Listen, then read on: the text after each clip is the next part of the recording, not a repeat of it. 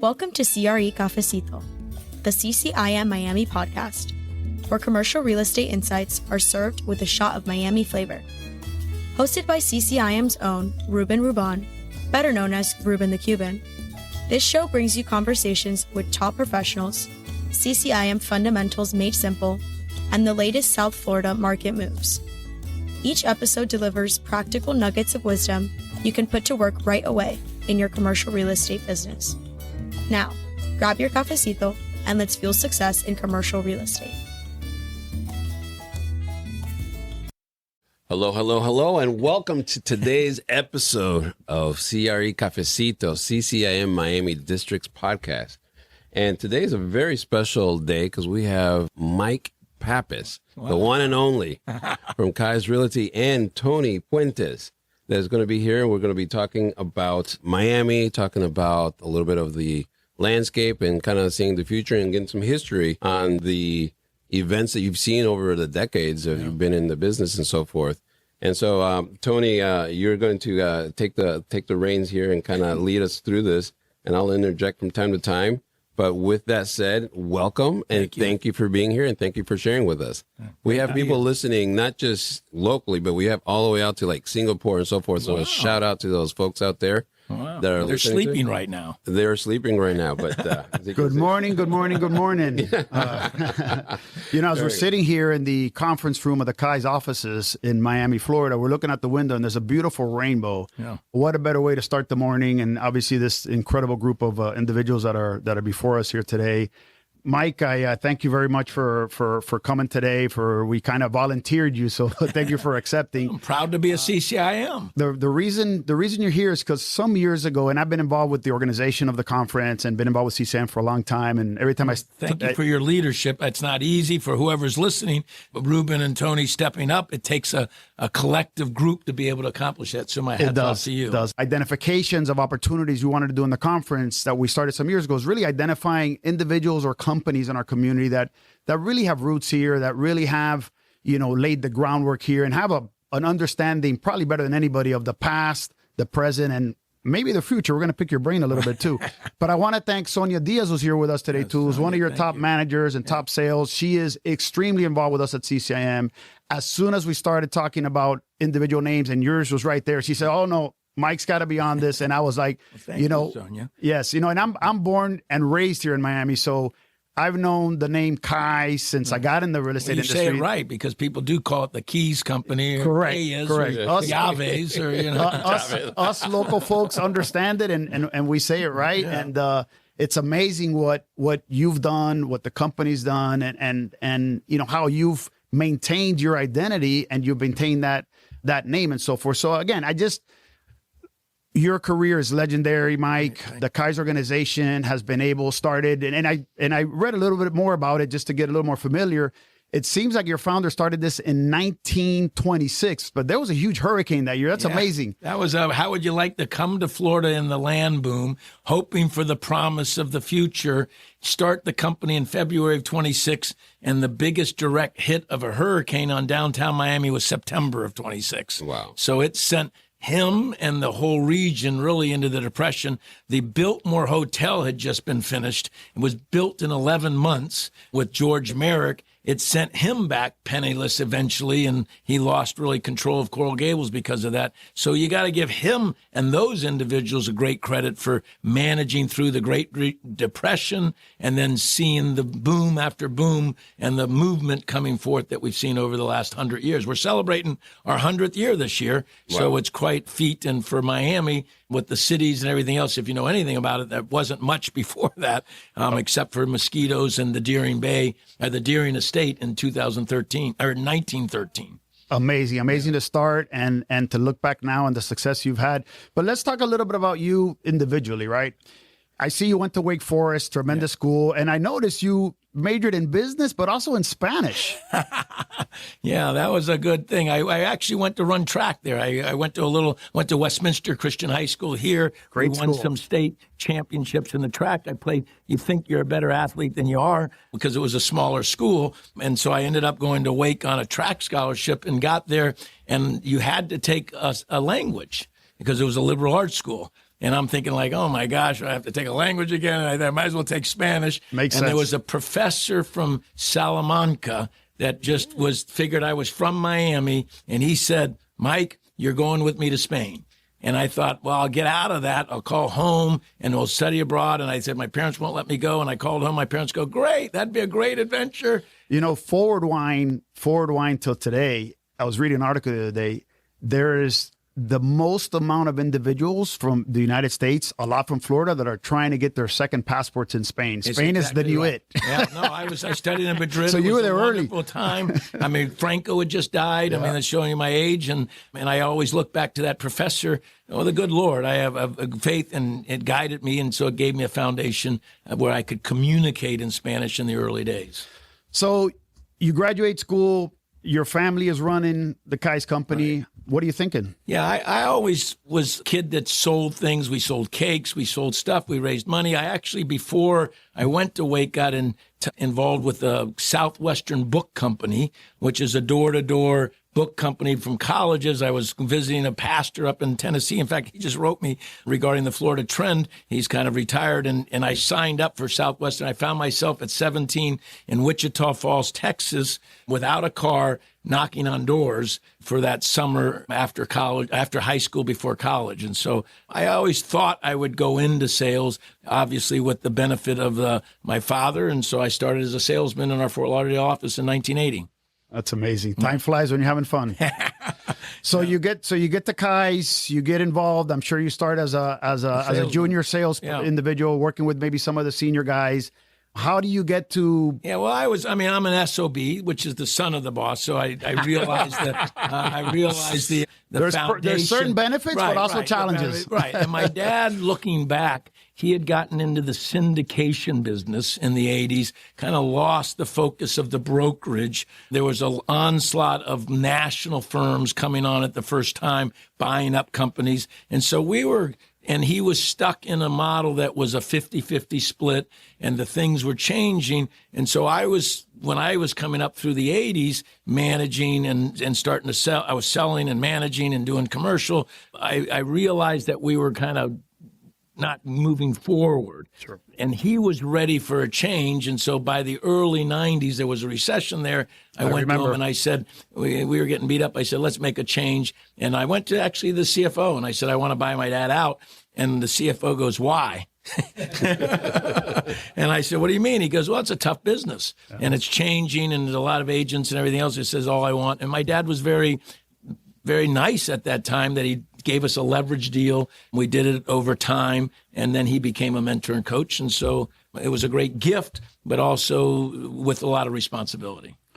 Excellent. Well, very good information. So you're on your way, you acquire the company or a piece of the company, and where do you go from that? Yeah. We know where you're sitting today, and I'm going to go ahead and give a few tidbits of information I learned. I think you've acquired over 75 brokerage firms over the years. You've never sold out to anybody, which is what most people end up doing. I think your numbers are more in the $8 billion in sales.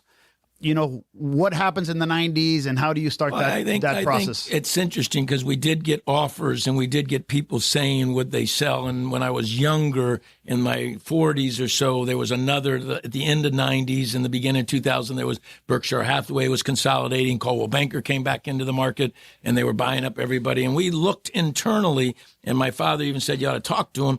And then you start looking. There was really a man. He was the CFO of Knight Ridder, went to my church. Bob Singleton was his name. And I went down and I said, look, they want to buy us. And he said, what would happen? I said, well, they want me to move to Sarasota and run Florida. He says, then what would happen? I said, well, maybe I'll end up in Parsippany. He says, then what will happen? I said, well, I'll probably come back to Florida. He says, then what will you do? I said, I'd probably open up a brokerage. He goes, I'll save you 10 years. Are you making money? He says, fast forward. He says, stay where you are. They eat you up, burn you out, and chew you up. And so I think at that moment, we said, if we're going to compete, then we've got to rechange And Ron was there. Ron Yanks is our regional manager for Dade County and Broward. And he remembers saying we had to become 1, 2, or 3 in the marketplace. We had to rechange our commission structure. We had to relook at the deal. We had to add mortgage, title, insurance. So we really went through a strategic planning process. And now I'm proud to say that we sell more real estate in South Florida than any other brokerage firm. We did about 20,000 units last year, this year, for close to the $8 billion. We're off a little bit from the peak of the COVID, but it really is partnering with great people and understanding our value proposition, which is a company that cares, putting the agent first, and then really trying to support them in maximizing their full potential in what they do. Excellent. So my story, I graduate college. I get a tremendous opportunity with a large developer out of New York, Tishman Speyer Properties. It's a big company. Yeah. And Jack Lowe at the time was the regional partner. And he hires me as super grateful for the opportunities they gave me. They hire me as a marketing research individual. Actually, I was still in my last year at FIU. And, what a great door was open for me to go in there, start working with senior brokers and really understanding the market and how to research, right? We were just talking earlier offline how, the technology and AI is changing how we do everything. But back then you had to walk the buildings, show the buildings, take pictures, look for articles, and then report back to your senior brokers. I think there's still something that everybody listening to, you better go see, show up, get the data, even though you're getting it all. This isn't a tech business. This is a personal relational business, and knowledge is king, but you've got to have the experience of dealing with the product on top of that. And that's what they can smell and sniff, those that know and those that makes a big difference. So my exposure to CCIM was really because back in the 80s and 90s, there was very few colleges that were educating real estate as a formal process of education, right? You can take maybe the sales class to take your state test and so forth. But other than Florida State, and I'll give them credit because they started way back in the days, there was nobody around the country that had a... Hap Pomerantz was one of our top guys. He was a Florida State real estate graduate. There you go. In 1979. And and I'll give a shout out Donna Boot in our local. She's a big flag waver, and she's very successful. Very well. Yes. We got to get her to the conference. So I'm exposed to CCIM, and I realized that as I'm getting into the business, I really didn't have a real estate background. So I was exposed to this organization that was, willing to give me, 4 or 5 incredible classes to take and really learn the business. And then along with that came the networking and the technology and really what you needed to understand and be able to deal with individuals at a pretty high level. So I get in the studying part of CCIM in the 90s. I get designated in 1998, and it's really been a big part of my success. And I've stayed with it mainly for that, and also just the people that we continue to meet and help. And so forth. I've got the CCIM in the 80s, and I got a business degree. I obviously had the Spanish degree also, but I tell people it's the MBA of real estate. And you do that 101 class and you understand the numbers, because underneath every deal is the financial model. So I'm gonna up you one on how CCIM has been most recently representative of the language of real estate. There you go. Very good. But the MBA of real estate was used for a lot, and it's still used also. It shows you my age. So tell me a little bit more. Sonia, who's here with us, is also very involved, in CCIM and so forth. How did CCIM help you grow your business, grow Kai's? Maybe pass that on to because we're going to talk a little bit about legacy here. Your daughter's doing a great job and playing a huge role now in your company and in our community. Well, we say, and we were talking about this earlier, about companies that own the real estate, that are running a business, seem to outlast those that don't. And so my father never bought real estate. He was growing the business, and he didn't like debt. So you're not going to be able to buy real estate if you don't put debt on it. He said he didn't want the pressure of the banks coming after him and doing everything else. And so we obviously had a platform that we could buy. But what it allowed me to do was for my own self to understand the math and be able to look at deals and be able to buy and acquire. And that's really been a channel for us that's helped us be able to expand the company and give us the resources and the the value in the downturns. We've had to sell some of them in the '08s, to prop us back up to make sure that we keep the business alive. So it was a balance between owning real estate and running a brokerage that I think that combination gave me the strength, and I got that through the CCIM. The first property I bought was with the other CCIM guy, with our manager, Ray Barquette.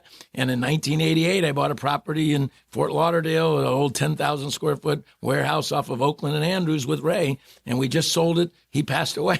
We just sold it a year or two ago. So it was a 40-year run of holding and watching all ships rise. And if you did that in South Florida, and you do that, there's no question with the demographic shift. Prices, we were talking about $1,100 a foot Coral Gables prices. That was be shocking yesterday, but are they going to be $2,000 tomorrow? People won't believe it, but it will be. Yeah, along those lines, I had a developer probably 10 years ago that was more a multifamily residential developer, and he wanted to transition a little bit into the commercial world and the office world.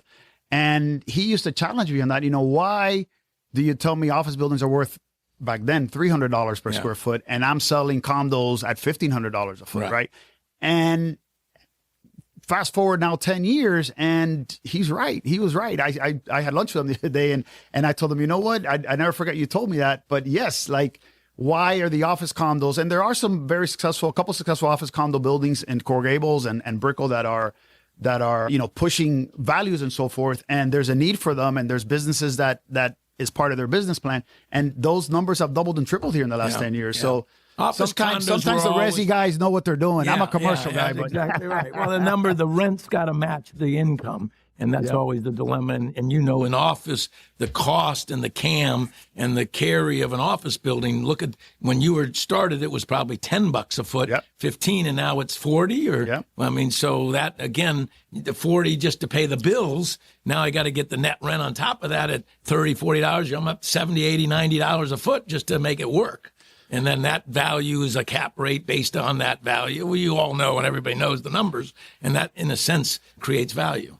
So before we go a little bit to legacy and looking forward to the future of Kais regarding management and so forth, and Christina, give me some tidbits for the audience on some of the cycles you've seen. I mean, how many individuals are sitting in your chair that can look back 2 or 3 cycles? And where are we? It's a roller coaster ride of South Florida, and it's a boom bust because of development historically. You talked about the condos. I've seen 3 condo. In fact, the first condo I bought in 1980 out of college in Fort Lauderdale, I sold at a loss.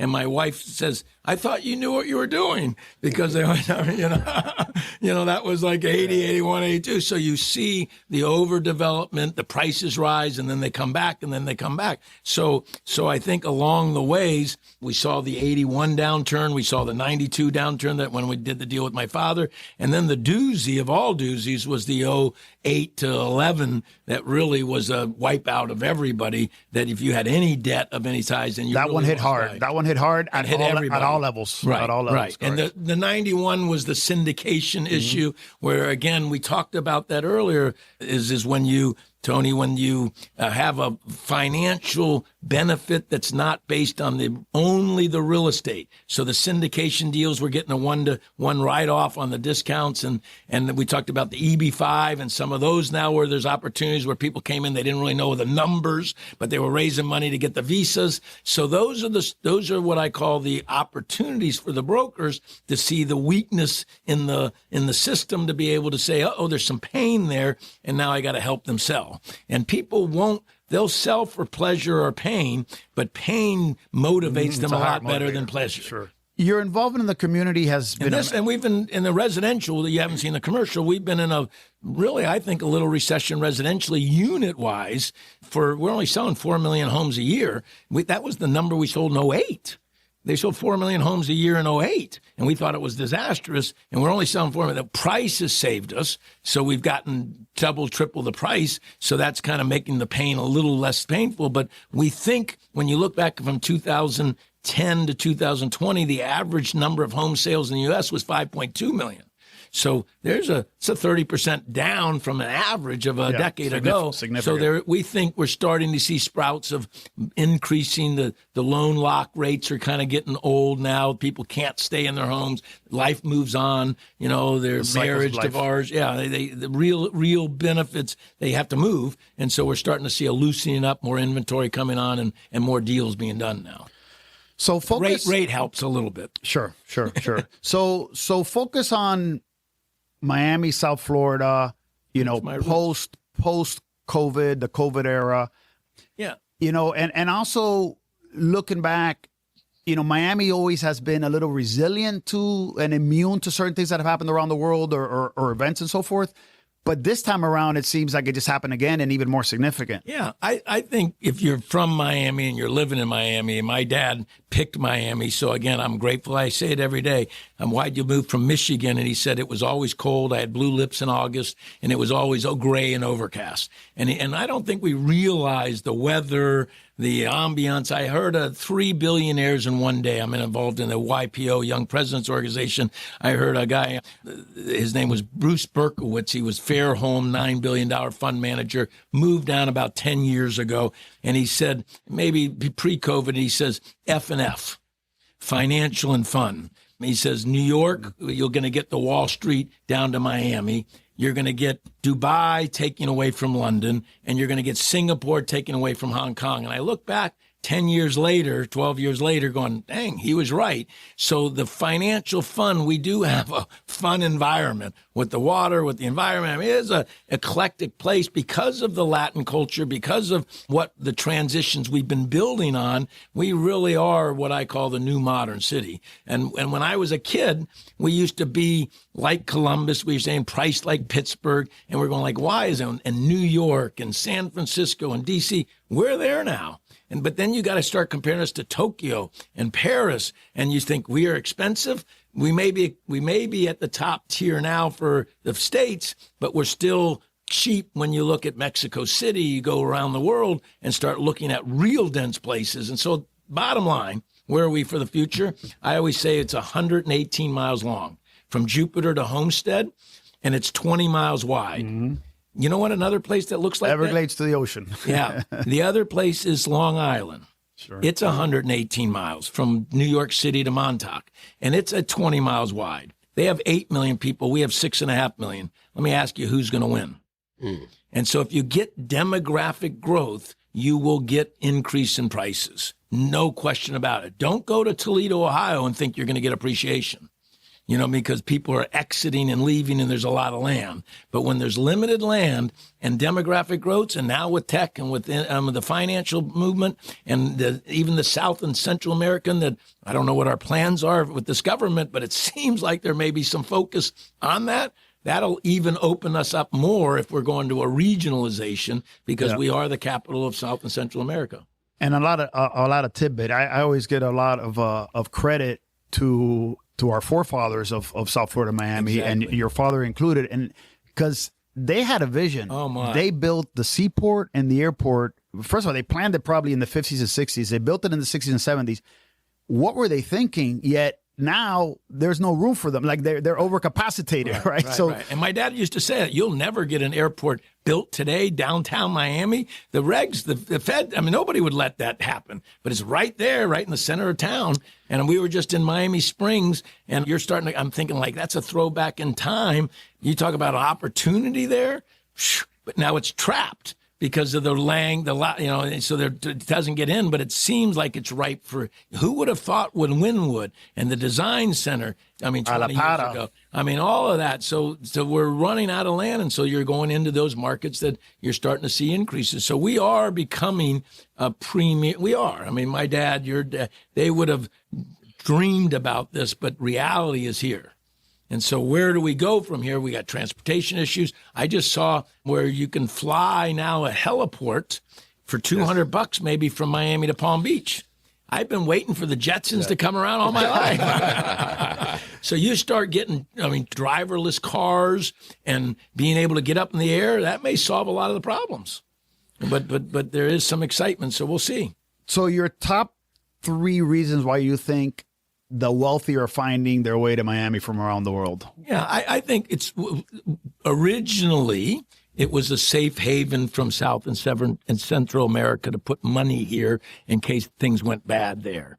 Then they started realizing there was a culture and a connection here. They moved their families here, in the 90s, 2000s. And we're seeing the same thing of the Northeast. Originally, it was a playground for the rich and famous. Now, because of taxes, because of the benefits, because we saw in COVID a clear delineation of business-run states and non-business-run states, and it attracts people from a tax benefit and from an operation benefit to say, hey, and they're choosing to come here now from California. I used to always say CALIF was come and live in Florida. I never saw them come, but they're coming. Chicago, they're coming, and New York. But it's more of a conservative bunch that's coming because they're looking for this type of environment and government. We've seen the sales tax drop. Yep. I mean, that was the huge. realtors were a big part of that. Yeah. That was, Christina, your daughter, was involved in getting we that own done. 50 offices and we own some buildings, but they were outside. We were paying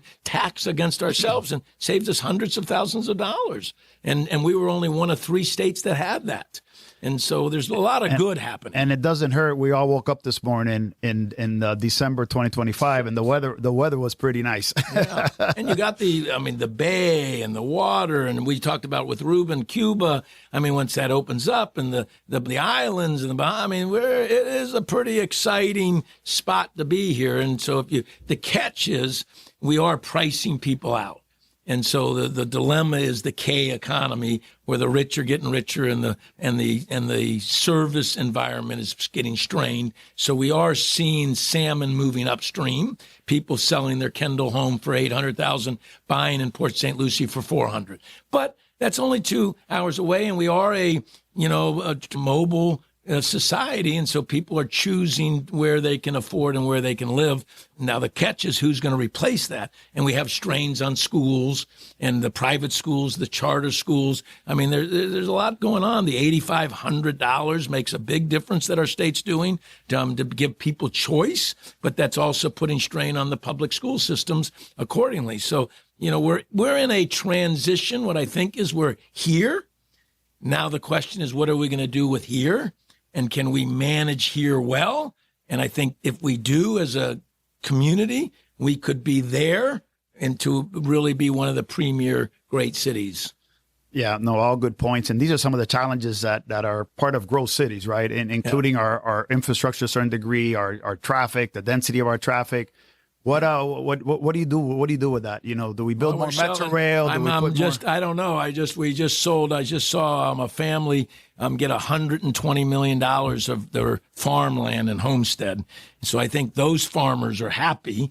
And then the other people that that's probably agricultural zoning. Yeah. and so you're starting to say, okay, well, so that's the last bastion of development. So, I think what you're finding is communities like Doral, downtown Doral.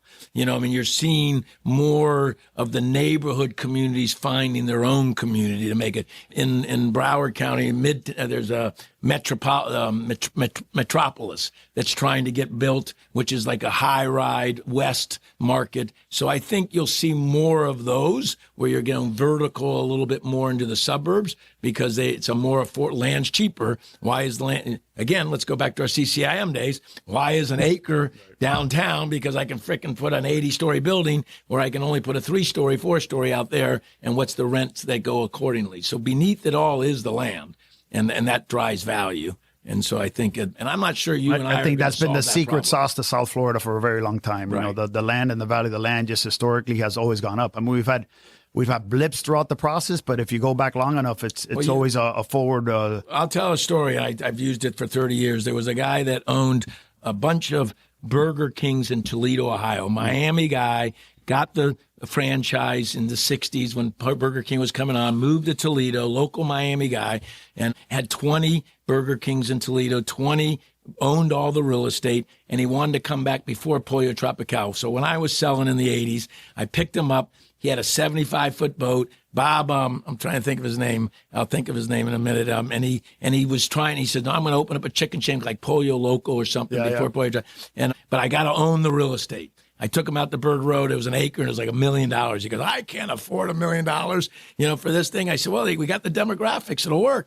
And he never bought. And when I asked him, he says, I should have never left Miami. Mm-hmm. That was the line. And I said, well, why did you say that? And I said, you got a boat, you got 20 Burger Kings. He says, ask me what I paid for the land in Toledo.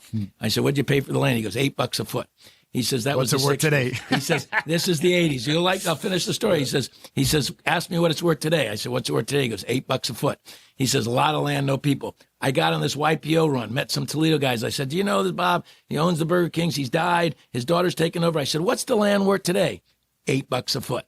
So if you don't get the density, you don't get growth. And so we've got the density and we get the growth. So let's get a little more specific on product types a little bit. Obviously, your office has a pulse, second to none and so forth. And I know you do residential, you do commercial, you do sales, you do leasing. We have all the food types, office, industrial, retail. We have residential, we have multifamily. Any tidbits you can give us there on where we're going with this and where are we today? I think I think you mentioned COVID. We were fortunate, unlike Chicago, unlike San Francisco, and in somewhat New York, where they aren't seeing the income or the people coming into their cities where we are. We kind of actually have set new standards. You talked about a $200 a foot price per square foot on Brickell, which is unheard of, but $150, $100. So because of the influx and the limited product type, we didn't see what they're seeing with the change in the office products and type. So that's good for us. And now the cost of construction, which you mentioned, is now $600, $700, $800 a foot to go high rise. So that limits that also. So we're going to see a redo of some development. So where the squeeze is, where the opportunities are, and we talked about that, is the 5-year balloon payments on commercial loans. And so those that got under the 3% and 4% now are getting 6-7%. Residential, we're not seeing increases of rents anymore. We had a heck of a run for the last decade. Rents went up, up, up, up. They were building better products. You're getting $2,500, $3,000 a foot. A unit where it was originally $1,500 a unit. You're not seeing that anymore. So we're starting to press against affordability. And so where the user can't pay more and he's paying 40%, 50% of his income to that. So I did see gains coming up in salaries for the first time against pricing that is not, but we've got the bubble of COVID outreached and outran the norm. So so where we are residentially, we're digesting it. And I think commercially, can businesses pay for the rents we talked about and the retail and the rents that people are demanding? I've got to run a bigger store. And you've got internets and Amazon. And so now I'm dealing with personal type retail things. How much revenue can I bring in from a nail salon and from a haircut place? And so those are the dynamics that I think a business can only pay so much. And so that's the strain. And then cap rates. South Florida hasn't wanted to budge off of a 5% cap rate when mortgages are 7%. And so there's a negative cash flow that's coming in unless I'm paying cash. And so unless I have outside money and I'm hoping for the appreciation, I'll take a 3%, 4% return because I think it's going to go up and get better. But for the average buyer that needs debt, it prices them out and he can't buy. And so it is becoming a little bit of strain. So I think where we're at is we're in a transition. People are still not confident about the future. A lot of noise with the government and everything else this past year, the tariffs. And so until the plane lands, but my gut is, and I'm feeling like we're past the pain and there's sprouts that are starting to come out, and 26 will be better than 25, 27, but they don't boom. It starts slow and gradual and then builds to a frenzy after 5, 6, 7 years. Right. So it's going to feel a little bit better, but it's still going to be hard work that you got to go mano a mano, face to face, eyeball to eyeball, find those people that need help and match that up to somebody that needs to buy. And that's the art of the deal. And that's why we get paid the big sums we get, because if it was easy, we wouldn't get the fees that we're talking about. Yeah, and to add to that, and you mentioned office space. So my office at Fairchild Partners and my team, we do a lot of office, a lot of industrial work, a lot of retail work. But I tell you, on the office side, which has kind of been, the one sector that, was really hit hard, Right. After 2020, it is making such a comeback in Miami, South Florida, and across the country. Well, Tony Ulloa, who just did a $50 million deal, I think, Ron, I don't want to say it wrong, but it was a $25 million both sides, I think he got. I saw him the other day, and he had a tie on, a coat and tie on, and he was shaving. I said, Tony, you used to be the cool dude here. He goes, not anymore. This is corporate America coming to Miami. He says, you better dress the part, and he says, you better look the part. They don't want to see you in jeans and cutoffs. They want to see you professionally dressed. So I do think this New York professionalism, Northeast, is kind of taking over, where you're saying where the influx in, we may need to shift our thinking of easygoing, casual play to a more corporate play, because that's who's coming into this. I always feel the pendulum always swings too far either way, right? In everything in life. And I think that we swung way too casual, and we definitely are going back to a little bit more formality, and it's probably a good thing. Yeah. Well, I think that's what they expect. So in that old time, we talked about billionaires. We actually have a Palm Beach Island office, and Nelson Peltz owns it. And he comes in, billionaire, and he comes in every day. And our people see him, and he's 88 years old. And so I think that old financial groups are hard-hitting, direct, take no prisoners. And so I think if you're playing in that game, you do need to attract that and play and look and feel like them. Excellent. Ruben, any forward-looking thoughts, any questions you have? Question I was kind of, since you've been seeing this transformation that you've been talking about here in Miami over the last couple of decades, is there one or two particular, some story or a deal or a building or something that you would say, hey, it just is memorable to you that is kind of say, hey, this was what I found, and again, I can probably tell you more. I sold for me, one of the great eye-openings. I had the opportunity to sell 13 acres on the bay back when I was selling it. My dad says, when you haven't done anything lately, you haven't done much. It was the Howard Hughes, What have you done for the Howard Hughes property that was on Bay Shore that actually was a Deering estate owner. Daniel Deeringson owned it, and it was like 13 buildings. We listed it I learned early on, I had two corporate plays there. One was the Exxon building when I was managing Coral Gables. It was 100,000 square feet, and we thought it was worth we thought it was $12 million at the time, and it was New Yorkers came down and they listed it for 19. And I called the guy up and I go, what were you thinking? He goes, you lowballed us. I said, you said you were going to sell it in 90 days. And, this is when I was young and didn't know anything. Yeah. And he goes, 2.5 years later, same company, Grubb and Ellis at the time, sold it for $12 million. So I thought, wow. So even the corporate guys they want to CYA. Yeah. They don't want to give it away. So when I went in on the Howard Hughes deal, 13 acres, I said, it's worth $6.5 million. And we'll list it for 9.9 because it's Howard Hughes. A year later, we sold it for $6.5 million, 6.4, and it was bought by both Carrollton bought the back half and a developer bought the front half. But that was 13 acres on the bay, with a little dock, kind of a basin in it that you could bring boats into it. It was a beautiful piece. But what my answer to you is this. It's always shocked me. We bought the old Miami Association building down on 160th Street and US 1. It was on the west side of the road. If you know that market, my dad goes, those neighborhoods don't change. What are you buying that for? And we didn't. We ran a branch out of there for a number of years, and then L Car Wash came in and bought it. And I thought, my dad passed away, but it sold for 5-6 times what we paid for it. Yeah. So what I've learned, it almost doesn't matter in South Florida. All ships rise. And maybe some rise better. If you had picked Wynwood, 2 years before Wynwood, you would have gotten the home run. That was probably rising the lottery. Tides lift all boats. Yeah, that was the lottery winner, the design district, because those were so out of sync, and then they got so much in favor. Those would be what I call the lottery winners. But typically, I've seen the growth over the 30, 40 years, steady Eddie. And then, but over time, that's what people don't want to hear. It's a 10, 20-year investment. It's not a 2-3 year flip and play, because then I'm just churning money. Right. Stay in the game. Don't sell. I've talked to a lot of business guys that said my business was okay, but I own the real estate. At the end of the day, the real estate is what they're living off of. And so along those lines, similar story back in the early 90s, working for Jack Lowell, who was a mentor and also sat in this same chair you're sitting. And we honored him some years ago too. Rest in peace.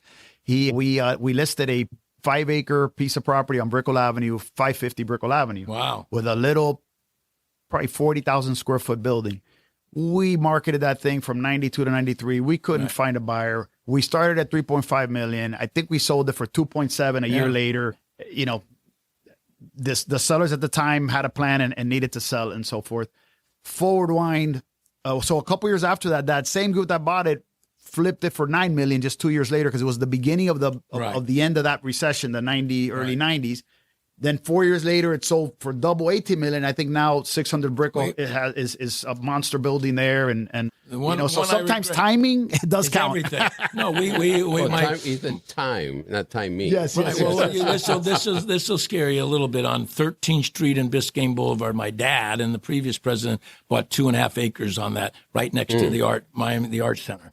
Sat on that sucker for 15 years, paying big taxes. And that, if you knew that market a little bit in that time, it was nobody wanted to be there. Yep. And then all of a sudden, the Arts building was going in, everything else, and we sold it in like 1998, right before the .com boom, right before that really came on.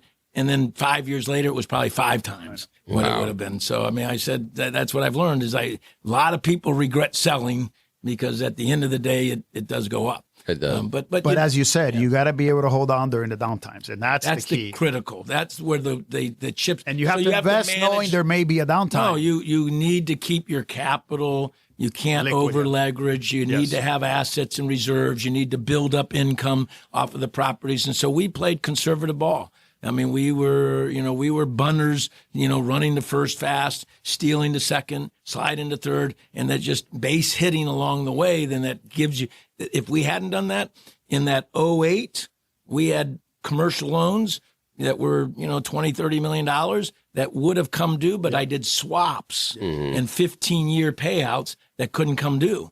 If they had come due, chips off the table, wipe out, and it would have probably taken us down. Wow. You know what I mean? So I do think, and I always did swaps.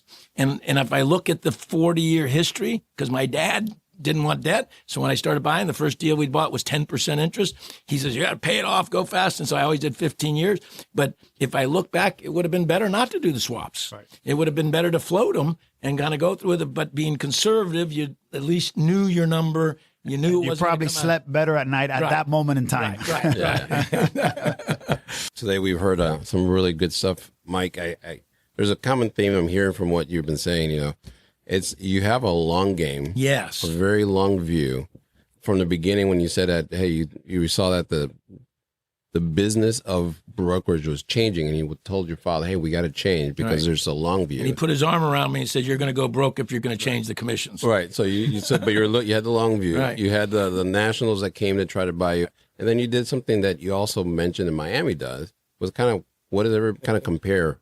So you've always had a higher bar that you want to reach up to with the company. Still feel that way. Miami was, competing with Toledo, like you said, or some of these other towns. And now it's in the arena of competing with Paris and, some of the other national and international cities. So there's the long view, there's the high bar that you're always reaching for.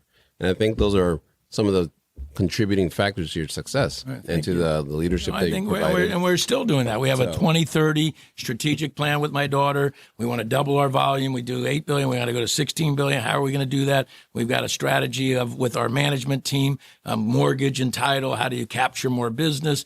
We got a whole commercial strategy, got a whole commercial website. We were doing about $500 million. And so we really want to double that to $1 billion. Ron's moving over. We'll have made that announcement by then to help us do that. So I do think, again, it's having the vision where my daughter's very good, but then having the strategy and then having the tactics and holding yourself accountable to those and then getting the right people to be able to execute. And it's not an easy game. The chess it's like playing chess. Yeah. I mean, you better to have a rook than a pawn, but it's hard to find the rooks. Yes, it is. What tidbit or what message would you send a young broker that's looking to get into the industry, a young individual that's looking to get into the industry, whether it's commercial, residential, with your experience, our audience is a lot of brokers in real estate, even though we have a lot of other industries, attorneys and accountants. I think it's all the same. I think it's for attorneys, for accountants, for anybody.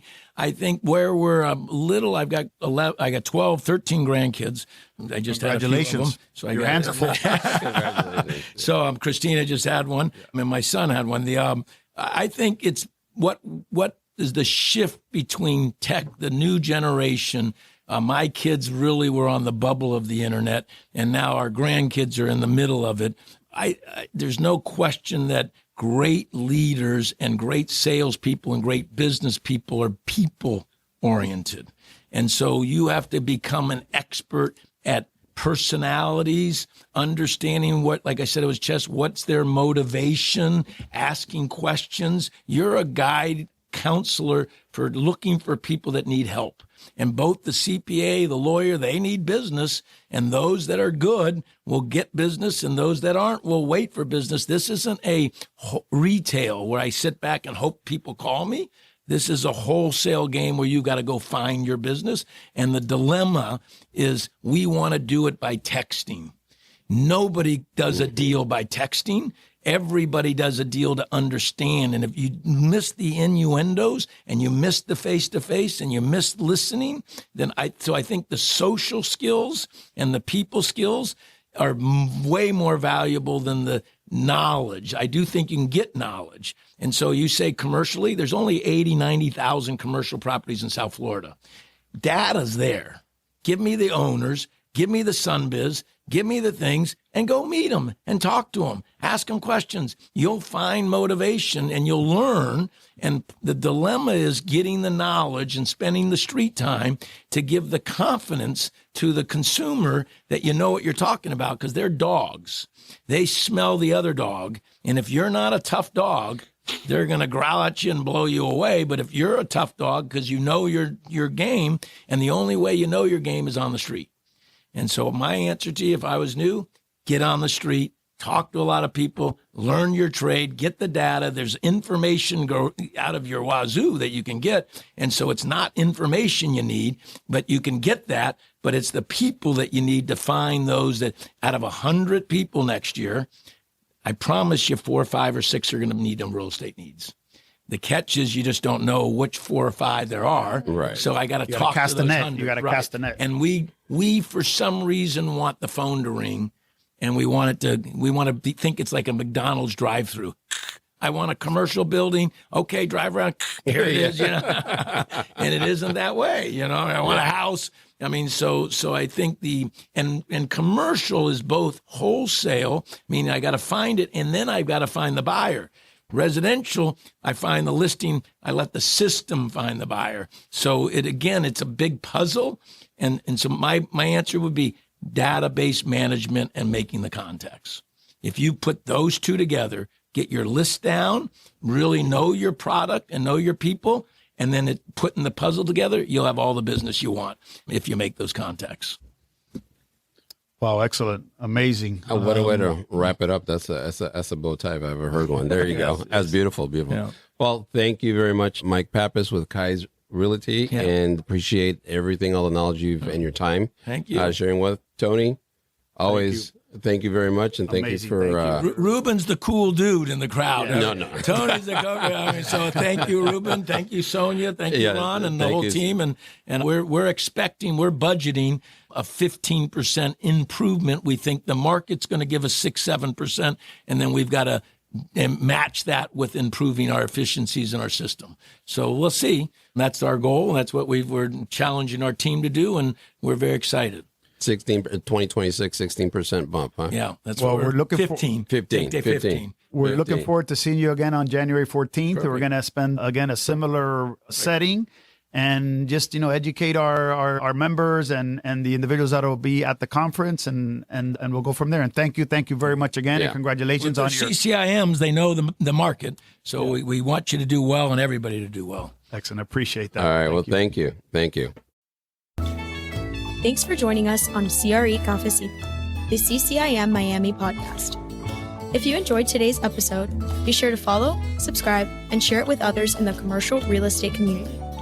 Stay connected, stay inspired, and as always, keep fueling success in commercial real estate.